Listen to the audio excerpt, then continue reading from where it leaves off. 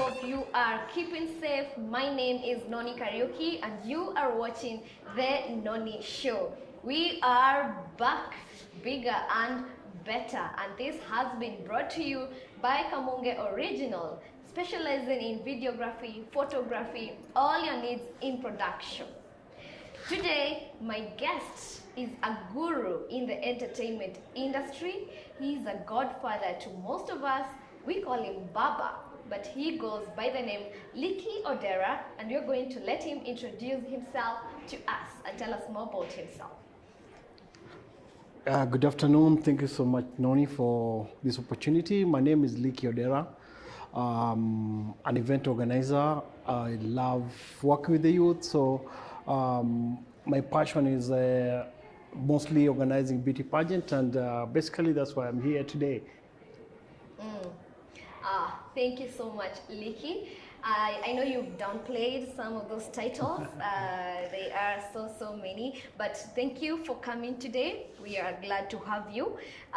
Maybe you can tell us, start us where your journey began, where you got into the entertainment industry. It's a long journey. I'll just be brief. I think when I met with a few of my friends a few years ago. I'd call it a few years, but time has gone almost 20 years ago. And we started a company called Shield Entertainment with my late friend, may his soul rest in peace, Big Kev, the founder of True Black, a guy called Big Ted, most of you know him, and one Dixon Gunjiri. So when we just in college and deciding what we want to do, we decided it's an opportunity to try and organize events for these young people, and that's how we got into event management. So at that time we didn't have an account, we were in campus, so Keva's dad said, I have a company and you guys can use it for whatever you want to do in terms of accounting and even just putting in checks and stuff like that. So we started with organizing Miss University. I think that was 98 or 99, and that's when Wau Kagwe, the singer, Nameless's wife, won. And I think a year later, Dr. Nyamu started the Miss World pageant, and he wasn't sure how to do it. And somebody just told him, hey, there are some young guys who are very serious in this thing, and they're organizing pageants. And at that point in time, we met with Dr. Nyamu, and I was interested and liked what we had done before. And he decided, you guys, we had a meeting. And at that point, we decided to dissolve our company and work for him. And for 4 years, we did Miss World, that's 99 to 2002. Esther Modhe, Yolanda Masinde, Marian Karaoke, and Daniela Kimaro. And the rest is history. So 20 years on the line, I'm loving it and enjoying what I do best. So they say in life, if you're satisfied with whatever you're doing, it's not about money, it's a passion. And passion has driven me here. That's amazing to hear. And 20 years, I mean, is a long time. That is what makes you, a guru, because you know the industry so well. Comparing it to how it is right now, what do you think has changed? For example, for the young people who want to get into event organizing and all. And when we started, there are very few people who are doing events. I mean, event management at that point in time wasn't a career as it is. Pageantry at that point in time, in 99 there was only Miss World, then Miss Tourism came, then there was Miss Universe in 2002. And now I think we have over 20, 30 pageants in Kenya. So it's flooded. And I would say the standard has gone down because everybody wakes up today and they think they can actually do events. And I think anybody can do events. My 2-year-old will want to do a birthday party and just tell me, Daddy, this is what I want to buy. And I mean, buying that and calls the friends, that's already an event. But there's a way and just putting in professionalism as a career. And I think we're maybe two-step backwards. Yeah. I think we need to work on that. And one of the things that has messed up, let's say, entertainment or pageantry, there's no regulation. Yeah.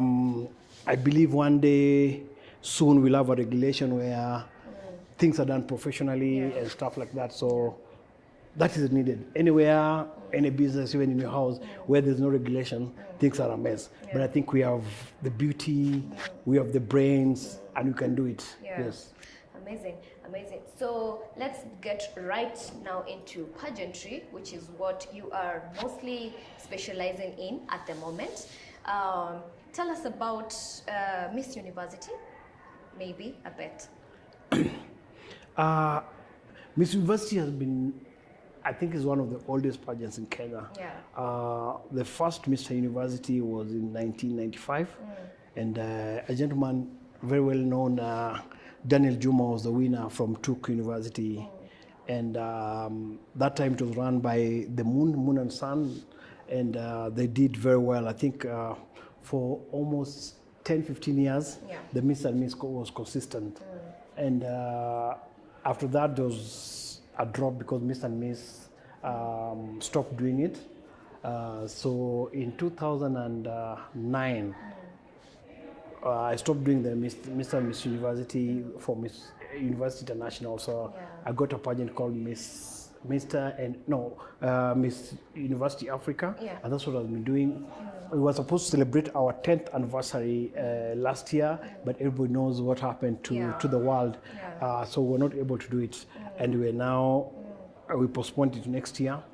Next month we are launching the 10th anniversary of Mr. and Miss University. And we want to do it well. We want to tell the rest of the people who are doing pageantry, this is how actually it's done. And in the past, we've realized most of the people who've gone through it, when they go for any other pageant, they're prepared and ready for any other pageant out there. So basically, that's what we're doing. And we, like in India, Philippines, they start young. So if we have those, I've seen so many also these young kids pageant, which means in the next 3-5 years, we'll have very good contestants, and we're able to contest with the international platform without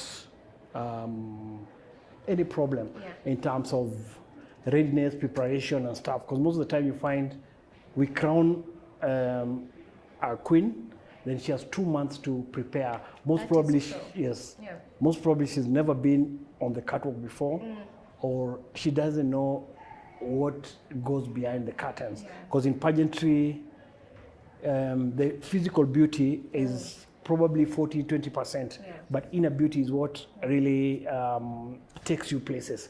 But you find most of the queens usually think it's the outer beauty, so that's why when they go international, they don't find it so easy, because they're used to their makeup and stuff. They're not ready for getting dirty and stuff like that. Yes.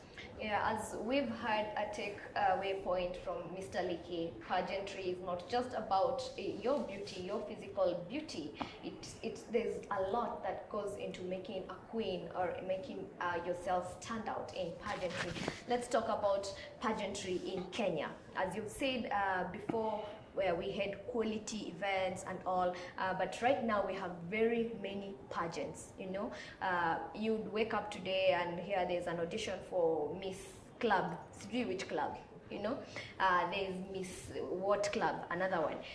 There's so many, there's no regulation, as you say, and so many young people are getting exploited, they're getting harassed out there because they end up in the hands of people who are not very professional, and as you said, yes, we need regulation and all, but what would you advise, for the young people looking to get into the modeling industry through pageants? Maybe I think what has happened before, even when we're doing it, most of our young people want to have it now without the hard work. In this world, you must work hard. So you find they're so desperate, and already there are hyenas who are ready to eat and bite anything that's out there. So because I'm desperate, I want to be on Billboard and stuff like that, and somebody's telling you, I'll give you this opportunity, and you're like, oh, I just want to be on Billboard. It doesn't matter how much I'm going to be paid. So their talent is exploited.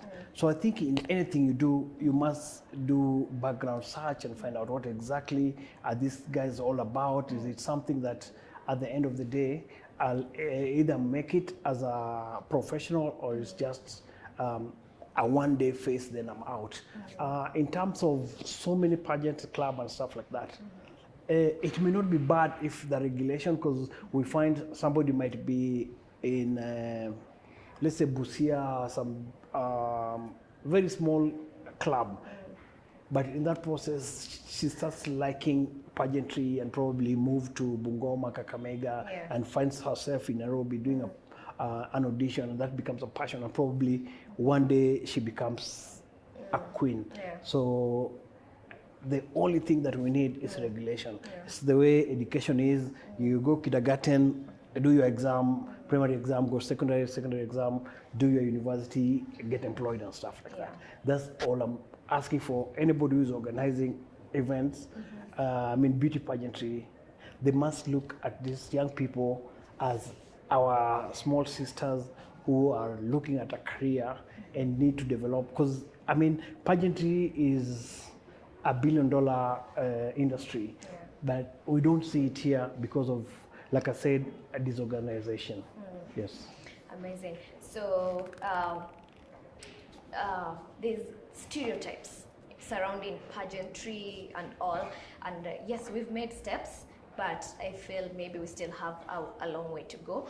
How would you tell us about the stereotypes in the pageantry industry, how you'd compare them to a few years back and up to where we are right now? I think when we started, it was crazy, because one of the things that really hurt us was Africa wasn't ready for pageantry. Parents were not ready. So if you want to become a beauty queen, people will discuss, because of the body size, they're looking for muzungu, they have no career, they failed school and stuff like that. So it wasn't just the parents, it was family, it was community, Nani's daughter is spoiled and stuff like that. And just realizing when we did our first pageant, the Miss World 1999, when Esther Mode won, she was such a brilliant girl from the University of Nairobi, first honor in economics. She even missed her graduation in London. She was in London for the pageant that time. So after that, there's just been change that it's not just about failure in a career, but you're doing passion. You're doing something that you love. It's your passion, it's your inner passion, and it starts with loving it and doing so much. And that's why I can see, like, I think 2 days ago I was on the papers, and some of my friends who worked for me 19, 20 years ago, like I said, like, oh, Leakey, you're still doing this thing, we're proud of you. My daughter is already now doing modeling. Amazing. And they're encouraging their kids. So you see a 2-year-old catwalking and stuff. And it's changing. So the only thing I'll keep saying is a regulation. I've been trying to talk to a number of people that are in pageantry, but like most of us Kenyans, we don't like competition and we don't like working together. So it will take long for us to understand togetherness brings success and makes work easier for all of us. Yes, it's very amazing to hear that coming from a man in this stereotyped industry of women, and I know you've had challenges, you're going to tell us about them, but yes, it's been a change, we've really moved. We are making steps. I love making an example of the Miss Tourism girls. I was a Miss Tourism. So our year, if you went, and we were like around 40 something girls, from every county. And if you talked to each and every girl and asked them, what are you studying or what did you study, your mind will be blown away, because these girls are intelligent. They are women of substance, It's not just that this is just for just young girls who are beautiful and looking for fame out there. It's about women who want to make an impact in the society, and that is what pageantry is all about. Yes, Mr. Leakey? Yeah, so you can tell us, as a man, the challenges you've had from your own point of view in this industry. There are a lot of challenges. Yeah. For example, people would ask you, Leakey, how do you handle all these women? Yeah. A man would say, I can't handle my one woman at home. And so a lot of people ask that, but it's quite easy. I mean, when you take these people to be like your children, you just mold them, and like I said before, it's like a school. Yeah. Some women will come with evil intention, Yeah. and if you're not strong enough, then you'll go down. Yeah. And most of the time, you find people asking, "Why do you keep doing this? Is there money and stuff?" Because there's not been money, but it's passion that that I have for it that has made me do this and still do it for this number of years. Yeah. Whatever you do in life, if you think about what people are talking about, then you'll never succeed in whatever you want to do. So for me, negativity, apart from how do you handle these people, you must be very patient when you're dealing with ladies. For example, we're going for a function, and as a man, I'll just dress up a little bit. The lady has to look nice, makeup and stuff like that. So if I know we're doing something in 30 minutes, give it an hour, so you're not upset when it's extended by 30 minutes. So most people don't understand that, and I think that's where, like in marriage, you find people complaining about their need, because either they'll make you irritated and you give up and stuff like that. So for me, it's a norm. So usually I find it easy to work because it's something that I've understood in those many years. Yes. What's the most, I won't call it funny, but what is that very situation you found yourself in around ladies that was, you know, a lot happens behind the scenes and all. What is that one situation that maybe you've ever felt uncomfortable? No, most of the time is in a competition, unless you go for the competition with an open mind, you'll always get disappointed. Yeah. So most of the time you find some people who are not ready for a second chance because they didn't make it the first chance. Yeah. So you find people hating you because they think you are dictated on who is going to win and stuff like that. So my challenge is to make sure everybody is comfortable after the win, but it doesn't matter how well you prepare, guys, that there must be one winner, and that does not mean you've lost.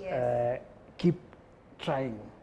So that's the one thing that I need to prepare the young people that today you win, tomorrow you lose, the next day you win, and one time you win big, yes. As an organizer, tell us, do you get sponsorship? What goes on in preparing for a pageant, organizing a pageant? Events is one of the most difficult thing to do, but the most difficult thing to organize is pageantry. I mean, like a music concert, a corporate launch, there are things that are already in place. Yes. You want a stage, a musician on stage, sound, MC and stuff done. In pageantry, you must prepare them in terms of choreography, catwalk, good lighting. The lighting must be good. You must get the judges. You must get their makeup right. If you have to take them on boot camp and stuff like that. So all that is a stage. Now, most of us, and like the reason why I'm saying there's so many pageants coming up, guys want to do shortcuts because it's too expensive to do it. And in events, not just in pageantry, you do it not to make money at the event. If you're doing an event to make money at the gate, then you're messed up. You have to have a sponsor to be able to produce a good event. Now, for example, most of our events have not had corporate sponsorship. So most of the event organizers, in fact, in pageantry, struggle in their own pockets and to make money to try and do a good event. Because you love it and you don't want to disappoint people, so you'll end up going to dig in your pocket. But again, like I said, because of none of regulations, so you find sponsors are not very keen to unleash their money. Probably somebody went to, let's say, for example, EABL or Coca-Cola, and they promise the world. Then during delivery, things are just a mess. Yeah. So when we were doing it, the sponsorship, Venus was there, Nivea, all these guys came on board at that point in time. But you don't see them anymore because of those so many proposals. For example, you go to Safaricom, you find 10, 20 proposals in a month for pageantry. And they're not seeing the return. So it has not been that productive. But for example, one of the most well-organized event in the continent is South Africa. But it's well-organized because they have sponsors, like their main sponsor is MultiChoice. When you look at the event, it looks like a movie because that's what they do best. The models are given, the winner is given a car, and not by any other car, it's Mercedes. And they're given a house, and that's how it's supposed to be. But you can't go to your pocket. You don't have the car, then you want to give a car. You don't have a house, you want to give a house. But we're just appealing to corporate sponsors to come on board. The government to understand that when our girls or the boys leave Kenya, at the airport we'll see them. The flag, when they get there, it's not Onyango, Kamau, Wanjiru. It's Kenya. Usually it's Kenya, they don't know the name. So I think that's also one thing that we need to advocate for as the industry. People should understand that this is a career like any other career. The way they support sports, beauty pageant must be supported. And I think it needs a younger generation or younger blood to try and get this old generation that are in the legislature to understand that America, China, Philippines is a fashion industry powerhouse in terms of pageantry and stuff like that. And they just started a few years ago, I think, after Kenya was in. Before South Africa became big, Kenya was already in this field. Nigeria came after us, and a lot of these things. Same with art. Bebe Cool, Chameleon, before they went and blew in Uganda, they started back in Kenya. So that means there's something that's not being done correct here. But as one of the, like you said, pioneers, I've been trying to work behind the scene to try and see, before I step out, can we have a better organization in terms of art? Art is a paying industry, and it can really make a career and build our young people. Yes. All right, we've had a lot of insights from Leakey Odera, who is a guru in the industry. We are taking a short break, but we'll be right back and he'll tell us more about his international engagement as far as pageants is concerned.